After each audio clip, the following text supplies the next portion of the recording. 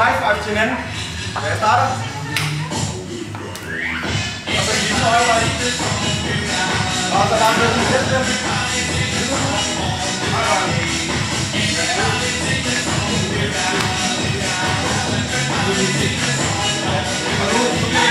Nu med begge hænder. Nu med begge hænder. Ikke over.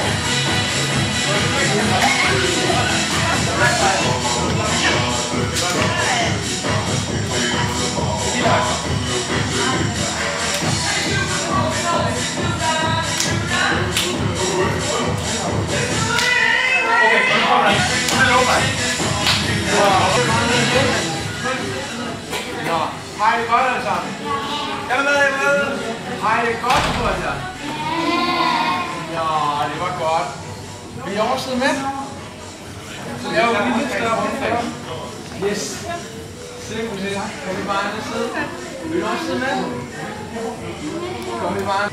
Hvad hedder du? Eva. Hvad hedder du? Christian. Nasja. Anna. Hvad hedder du?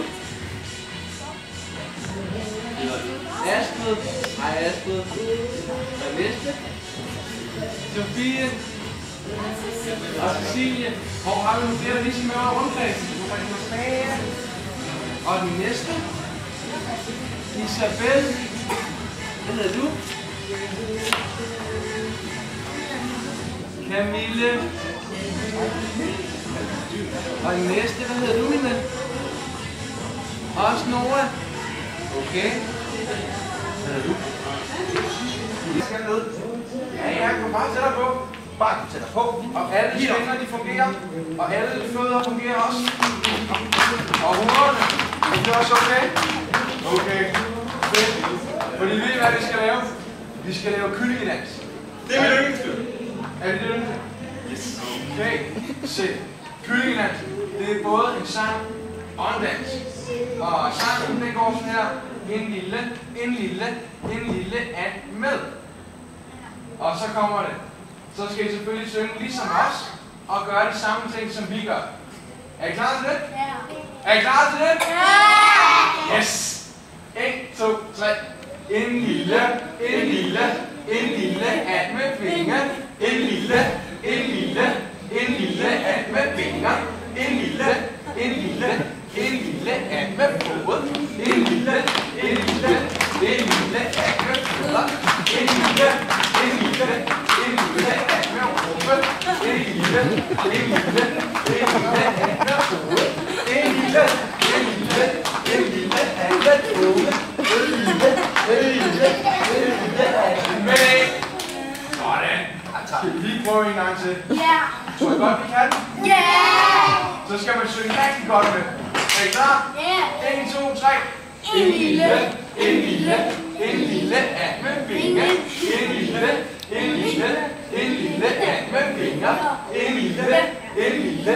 lille, and med fod.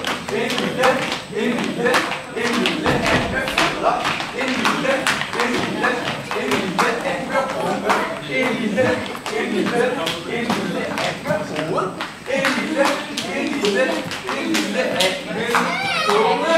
En lille Ahmed. Læg. Sådan. Var I god? Og du må gerne komme herover. Og er det næste klar? Så er du klar. Og du er klar dernede. Værsgo. Stærkt. Værsgo, lidt over. Og den næste. Yes. Ja, det er godt, ja. Og det sidste. Og det sidste er mål. Okay. Og de næste. Og de næste to. Og du må gerne løbe med. Sådan. Se. Ui, nu har vi alle mand i land. Ja. Så skal vi tilbage igen. Og næste. Kom bare. Og bare kom. Kom. Værsgo. Jeg har glemt ham. Og husk mig bare. Og næste. Og næste fra den anden ende også. Værsgo. Og Christian er klar. Værsgo. Og næste. Og næste. Og næste. Og du klar? Okay. Christian, og du næste fra. Og en til. Værsgo. Og værsgo. Og god vej den der. Simpelthen. Og næste. Og næste. Værsgo. Og en gang til. Det er klar? Okay. Og du er klar? Jeg tror, det er lidt. Ja, men det gik. Og jeg to. Det er nogle kloge nogen, vi har med her, hva'? Hvad sagde du? Nå. Okay. Svært. En til. Jeg skal lidt for lidt, hva'? Hej, hej, klar. Værsgo. Og er du klar? Sådan. Og sådan. Værsgo. Kan vi bare lidt tættere på jer sammen? Er du klar? Kan vi bare herinde af? Ind og samles på midten. Er du klar, Christian? Ja. Så er du med over. Så sætter du os her. Sådan. Kom.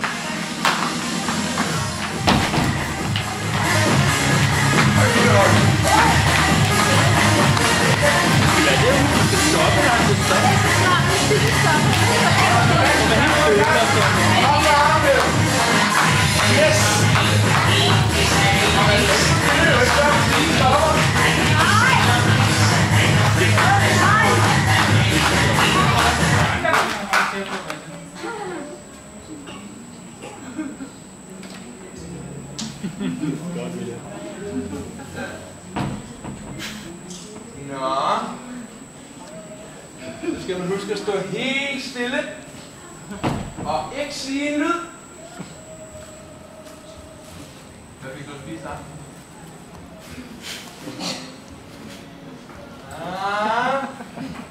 Ja.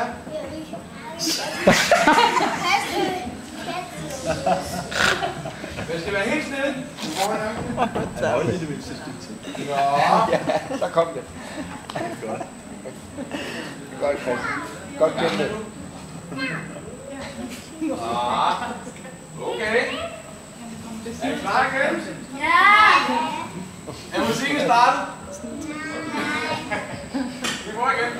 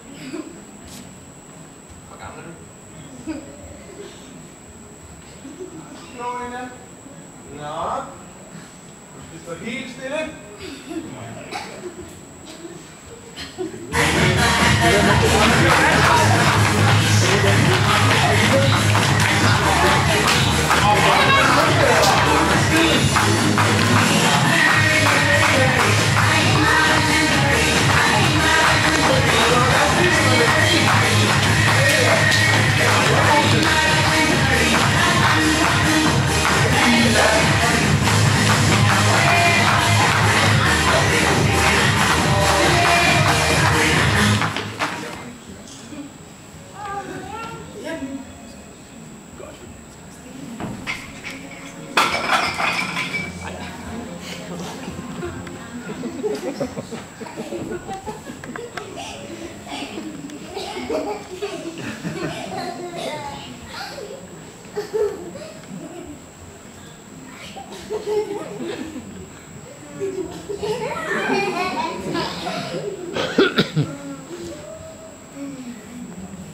helt stille ved det.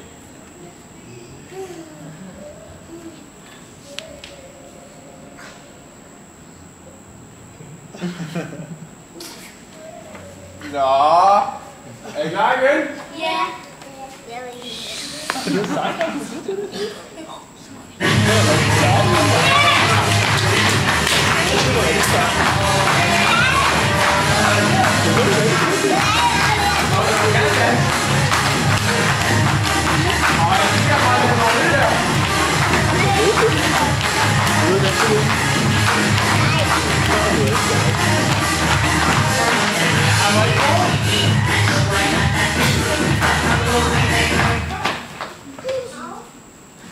Nå, hvis man ikke står helt stille nu, og er helt musestille, så kommer man altså ud til siden.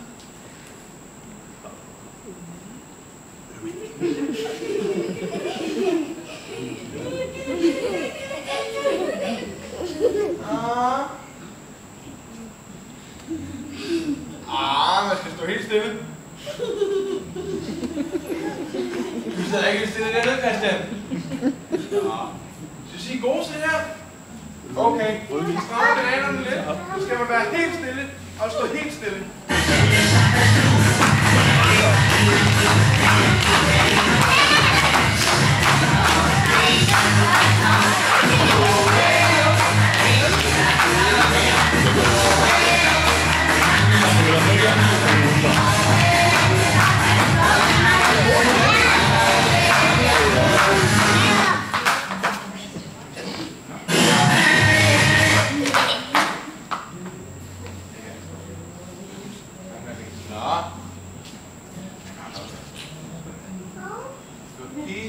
Ups.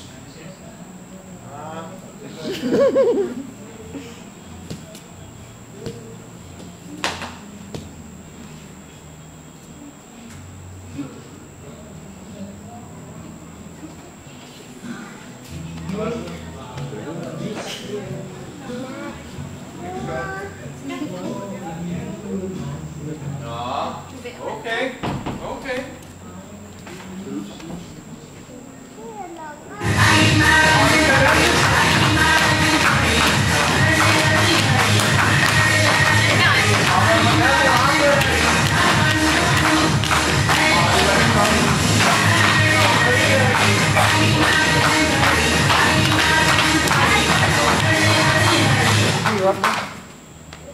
Skal vi stående sådan? Nej, hvor er I gode. Skal vi lige give jer en stor hånd?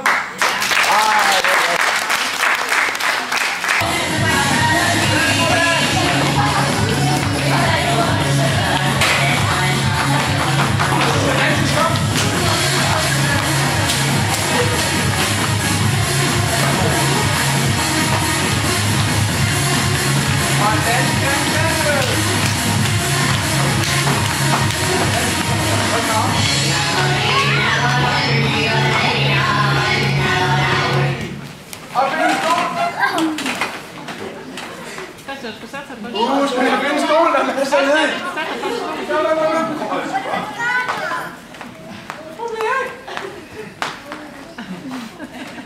Hvem har ikke fundet en stol?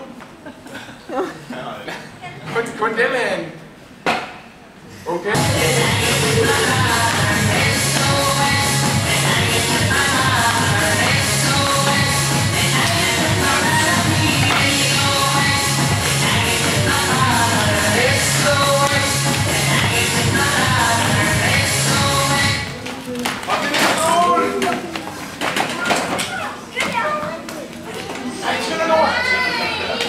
Okay. Jeg tror ikke her. Så langt ud til nogen. Bare de der ting, han er god til. Okay. Jeg ser det anden vej. Gerne op. Og Følger dem også, Jan. Danmark, du er med de andre.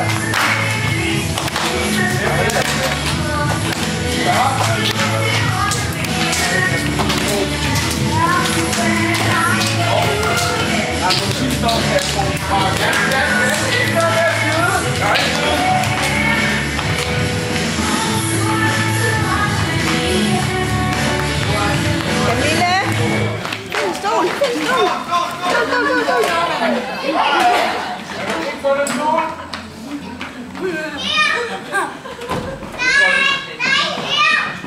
Er der en her?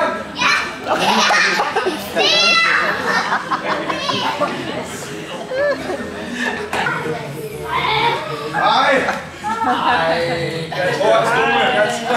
Jeg tror, det er efter kørt, du. Må jeg få en stol? Nå, så er det godt, at jeg har lavet nogle pladser til jer herude, hvor I kan sidde. Og så imens, så må jeg sætte de på, man må gerne hæppe. Okay?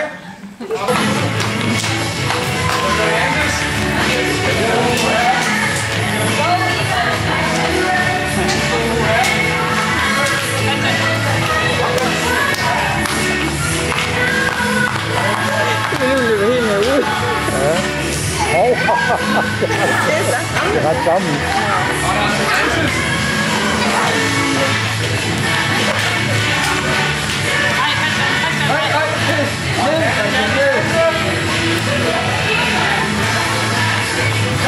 Så er I to, der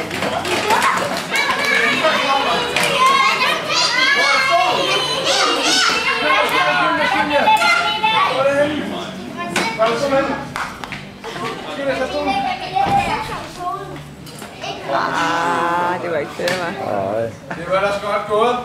Det er godt, Christian. Det er fint. Skal vi finde en stol?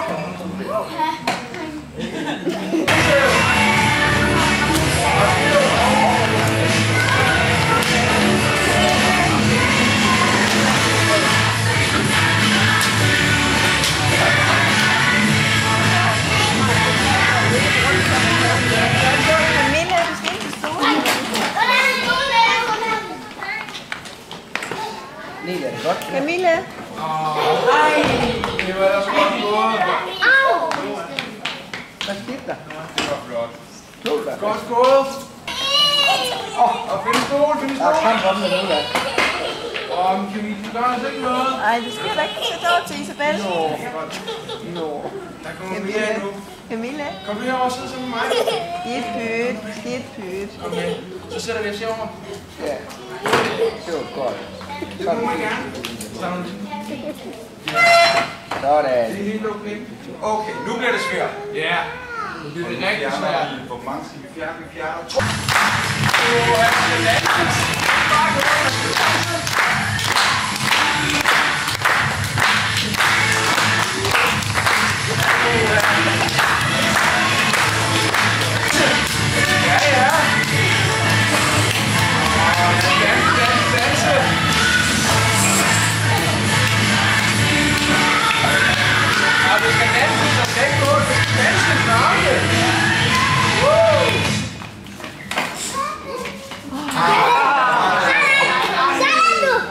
Sådan.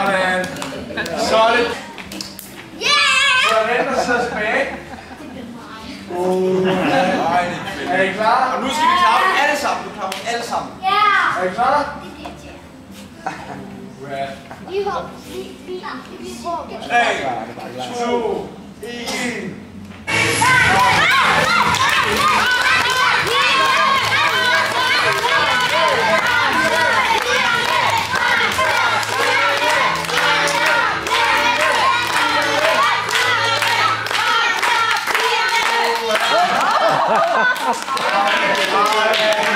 Jeg fik en højde til alle sammen. Okay. Okay. Så rulle. Og det må også gerne sidde fast.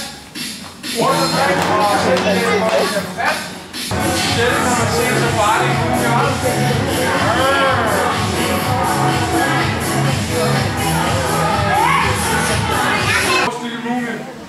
Nu står der en masse stole herude i siden, og man skal passe på med at løbe, Fordi mumierne, de går sådan her, så sådan skal de også gå. Fuldstændig lige sådan. Man må ikke løbe, man skal bare gå sådan her. Så kommer mumien rundt, og når man bliver taget, så skal man også sidde på en af de røde stole. Yes, alle skal gå sådan her. Okay? Er I klar? Så kommer mumien lige om lidt, når jeg skal op på musikken. Er I klar? Ja!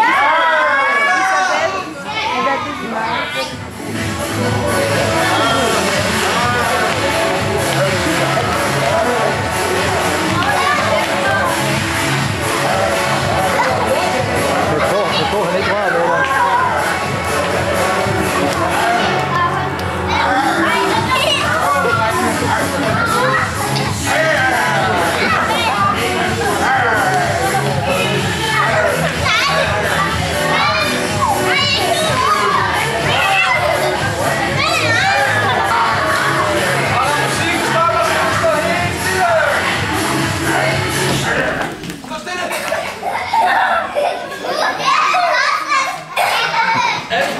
Vi kilder den store!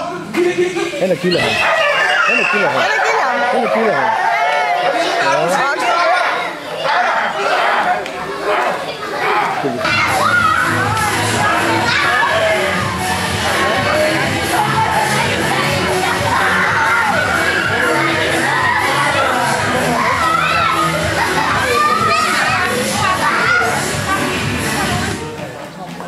Og så skal der kildes igen.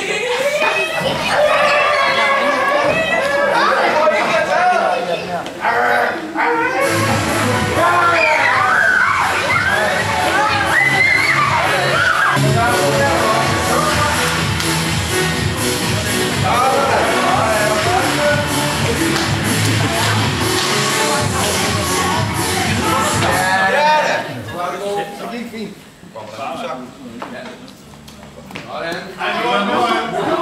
Og næste. Og næste. Og næste. Ja. Pas på dig selv. Og næste. Og lidt af køkken. Godt, godt. Og lidt køkken igen. Pas på.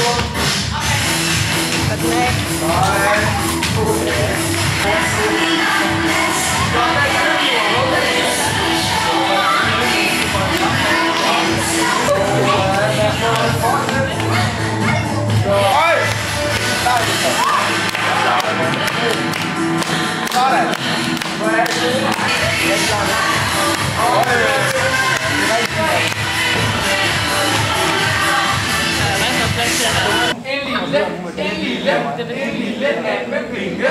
En lille and med vinger. En lille and med fod. En lille and med fødder. En lille and med rumpe. En lille and med hoved. En lille and med rumme.